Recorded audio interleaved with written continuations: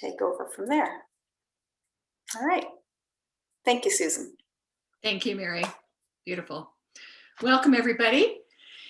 This is a kind of warm, relaxed conversational hour that we've gotten used to having now. This is the fourth such session around spiritual life writing, and we'll be doing, continuing them through the rest of the year. If you're part of this group tonight, you'll get an email probably sometime next week that lays out what the topics will be from May through December. And if you're watching this as a little capsule video posted on the website after tonight, then you'll be invited just to check our website and it'll have the list of topics.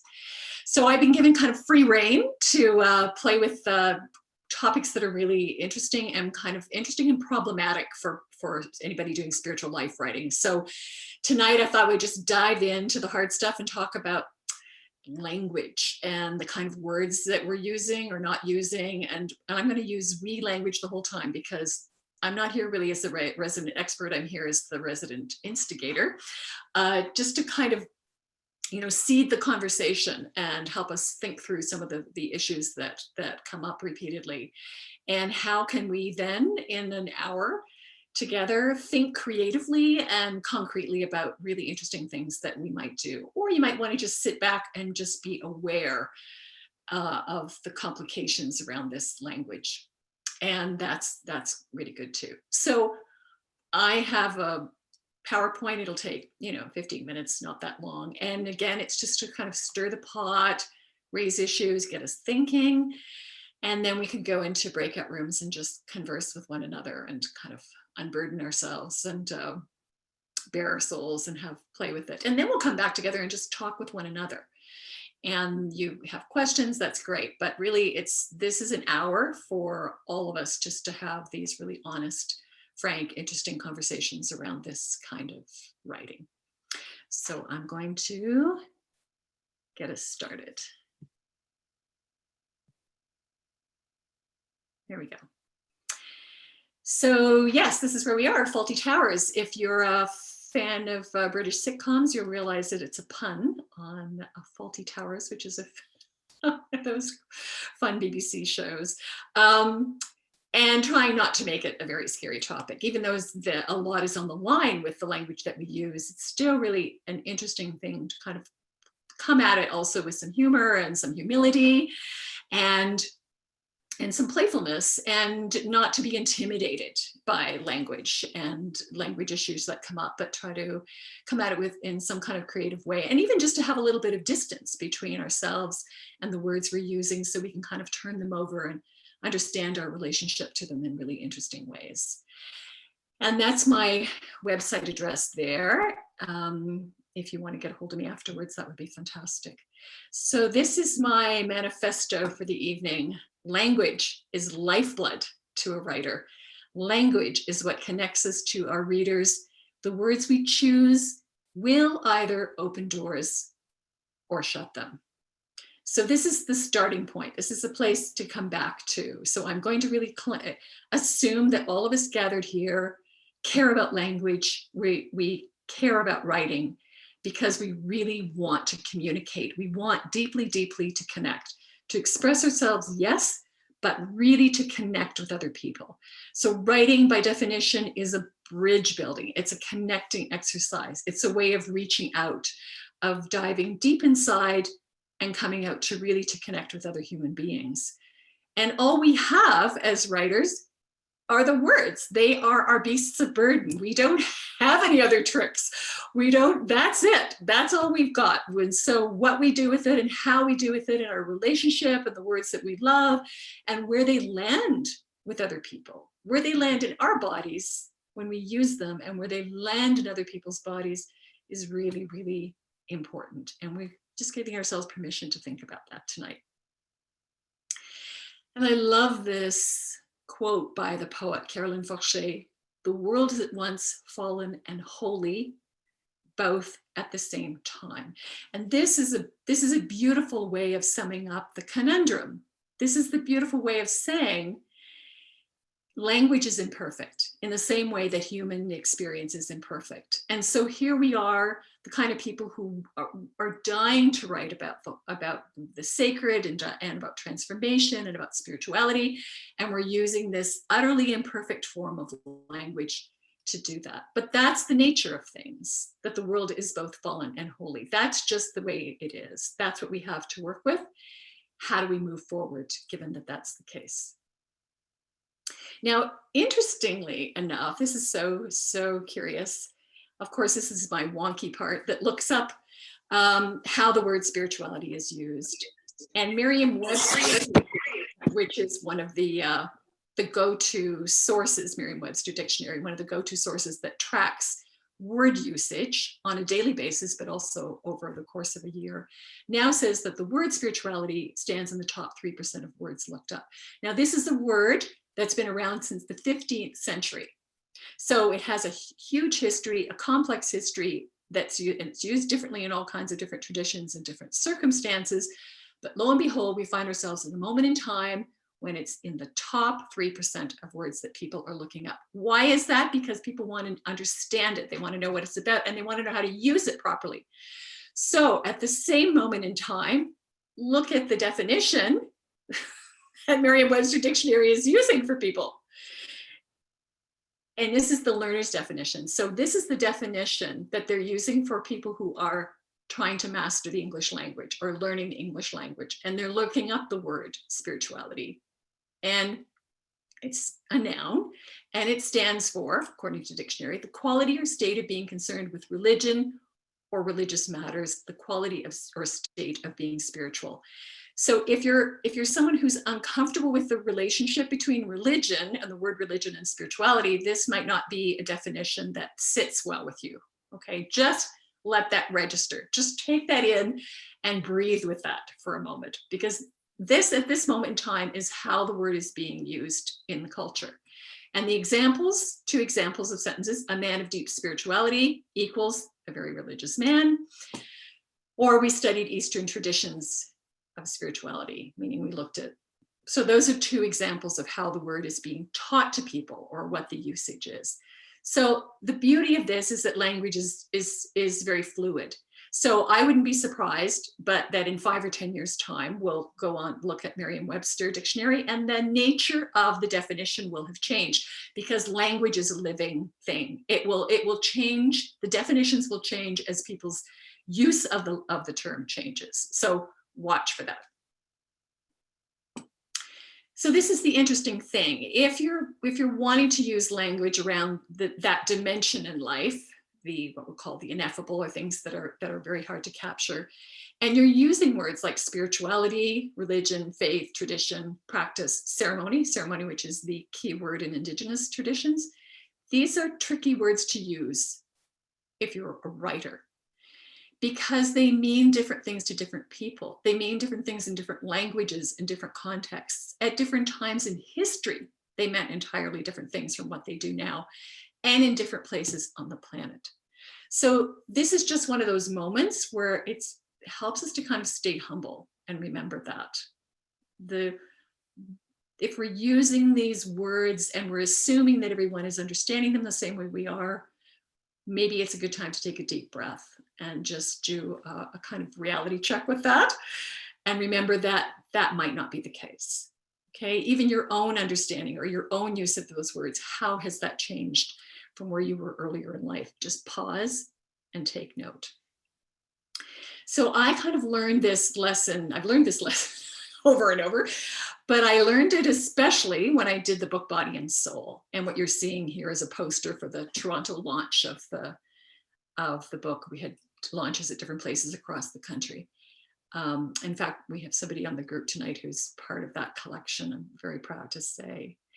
So I invited dozens of writers and poets, these are all women across Canada, to speak their truth about what I called breaking the age-old code of silence about the messiness of faith, practice, religion, and ceremony. So I kind of wanted to just create a big dinner party and invite lots of people to the table and say, just talk about your experience, because we've kind of kept it out of the conversation, especially in Western culture. We're kind of embarrassed around talking about these experiences, just come and share some of yours.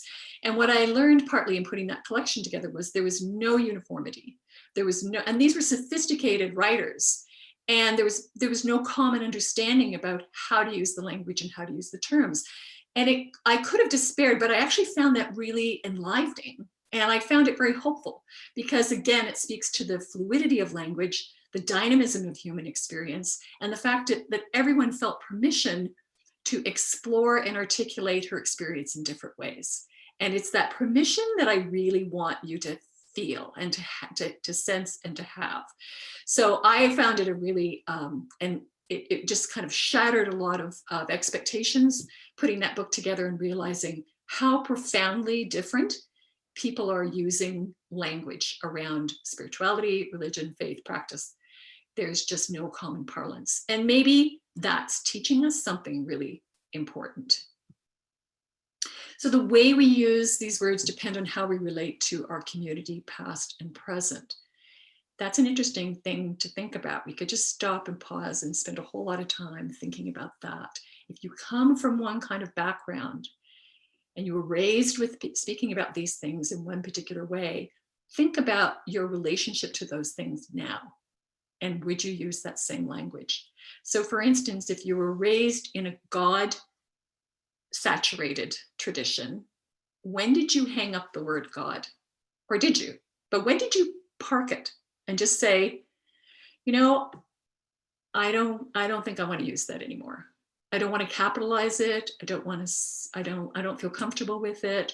Or I'm going to switch out goddess for God. You know, it's just that thing. Think about how you were raised, the language you were given to clothe your experiences, and where you are now. Because the words we choose obviously reflect our values, and our words speak to where we stand.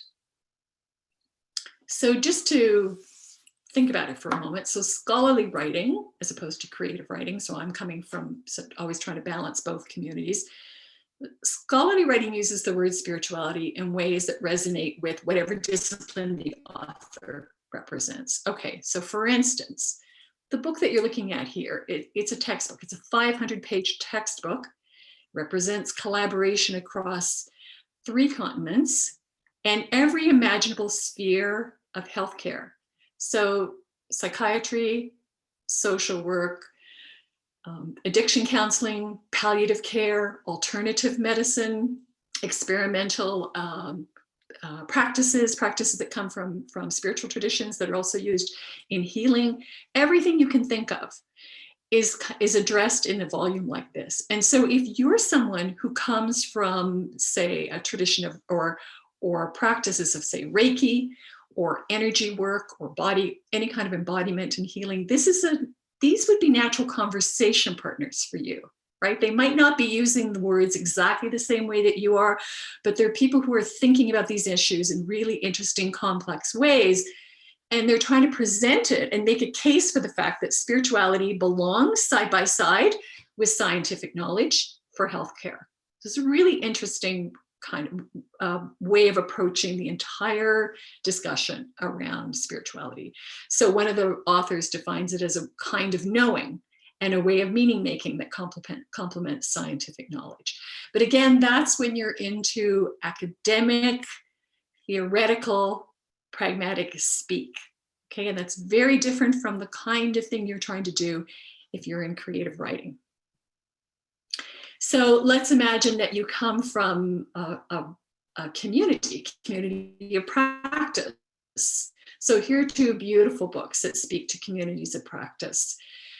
Thich Nhat Hanh's Living Buddha, Living Christ. That's the 20th anniversary tradition. Talk about a bridge building book. So when you enter that book and you enter the space that he creates in that book, you're entering a whole world in which Buddhism and Christianity and the transformative powers of that Buddha and Christ represent are in conversation with one another, right? And you're learning that language as you read that book. You might be familiar to you before you open it up, or it might be entirely new territory. But when you put that book down, something has changed because you've been exposed to this way of speaking in a radically masterful, radically simplified way. It's quite extraordinary. And the book, on the other hand, is Our Stories, which is a collection of fantastic works by some of the best Indigenous storytellers in Canada, talking about Canadian history, Aboriginal history, but also about, of course, spirituality, because these things are all intertwined in the Indigenous experience, not separated out in a easily compartmentalized way as we might be thinking about it otherwise. So again, entirely different world. You're stepping into a language, into a kind of human experience that you might not be exposed to otherwise, and taking that in at a really deep level. The way the language is used, the way story is crafted, the way ceremony is talked about is something profound, and has a profound impact on you if you let that in. So if you take the word faith for cultural creatives, and I'm going to just use that phrase, cultural creatives, as a kind of shorthand for people who do creative writing or who are essentially kind of artistic figures moving through life, the word faith has nothing to do with signing up for a religion. The condition of faith, says the Russian-American poet Ilya Kaminsky, is essential to any artistic endeavor, meaning in this context, he's using the word faith to talk about a radical way of being in the world, a way of being radically open and receptive to whatever is going to move through you on the verge of creation. So it's about a stance, a mode of being. It's not about signing up for a particular faith or being narrowed down to that. Or creative writers often use the word faith in contrast to religion. Here's another example. I love this one by the poet Gerald Stern. Poets, maybe all artists, get away from their own religious upbringing in order to arrive at a condition of faith. So coming from a religious upbringing, yeah, maybe so, but committing to the artistic process or the creative process means coming to a place of this radical openness, which the poets would call faith. So I'm not, of course, trying to simplify anything for us here tonight. I'm trying to complicate things in interesting ways, just so we have some really rich territory to think about. So here's a beautiful quote by Jean Valentine, the poet Jean Valentine, and she says, she was a very mystical child. She says, as a child, I learned to keep my reality to myself. I got the same secret feeling about spirituality as I got later about sexuality. They both seem to arouse a sort of punitive alarm. I love that phrase. I learned about their inside as well as, I learned about their outside as well as their inside power. So here's someone who's speaking to the fact that from very early on, she was alerted to the notion that, and that sense that spirituality and to talk about it in any form alarmed in some way the adults, right? Those in authority in her sphere. And she picked up on that early on and equated it with sexuality, which I think is absolutely right. They're both sort of taboo areas. They're areas that we're fumbling all over ourselves to talk about. In fact, I think we made a lot more headway talking about sexuality than we have in this culture talking about spirituality. So the work of storytelling, poetry, fiction, and spiritual memoir, if you're drawn to it, so the work of all creative writing, therefore, really, think about this, is to describe, it's not to prescribe. Okay, so this is the essential place that writers come from in this sense. It's wanting to capture these profound experiences and describe them in such a way that other people can enter into that work and have that experience as well, or feel it, or sense it, or connect with it, or identify with it. And that's really, really, really, really different than from someone who's trying to teach you a practice, or someone who's trying to teach you a way of thinking or modes of belief. So we all kind of need each other, is what I'm trying to say. But you don't want to eliminate the writers, because the writers are the ones who can tap into the power of actual human experience and describe it in such a way that people can connect with one another. And this is absolutely essential. It's really critical work. And that's why I'm here. You're happy here that you're here tonight. So if you ask yourself this question, how do these words sit with you? if you map these words and how you use them, what patterns do you see? This is a really beautiful exercise to do, and you can do this really simply and almost any time. Just take a big pad of paper, just write out all these words and see where they land for you. Start to just explore, when did you first start to use them? Where do the words come from? What are the words that you trip over? And look at what are the fault lines between your use of language and what you inherited, okay? What you grew up with, what you were taught, or the words that others often use. Do certain words make you uneasy? So these are questions about, where do these words land in the body for you? Okay, so it's giving yourself permission to pause and really take it in. Like, where do you feel your connection to these words? Are there words you shy away from using?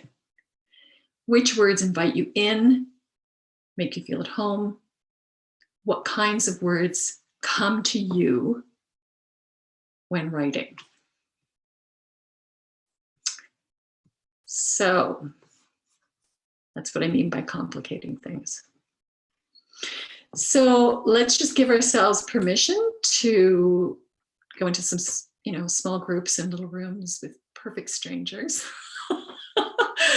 and talk about this with one another. Let's just give ourselves permission to think about these things and to think about where we want to go with language and what the history of that language is that we carry and where we see ourselves. Or do you feel yourself on the forefront of language as it's changing? Do you want the word spirituality to mean one thing? And is that the word you want to use over and over and over? Do you have conversations with people where spirituality and religion don't mean the same thing? Is that true in your community? Is it true in the same household that one of you is spiritual, one of you is religious, and you can't really converse? We're just going to open it, give ourselves a chance really to talk about these things, and then we'll come back and see where the conversation takes us. So we can stop the recording at this point, or you can, Mary Jean. Anyway, I'm going to thank you for the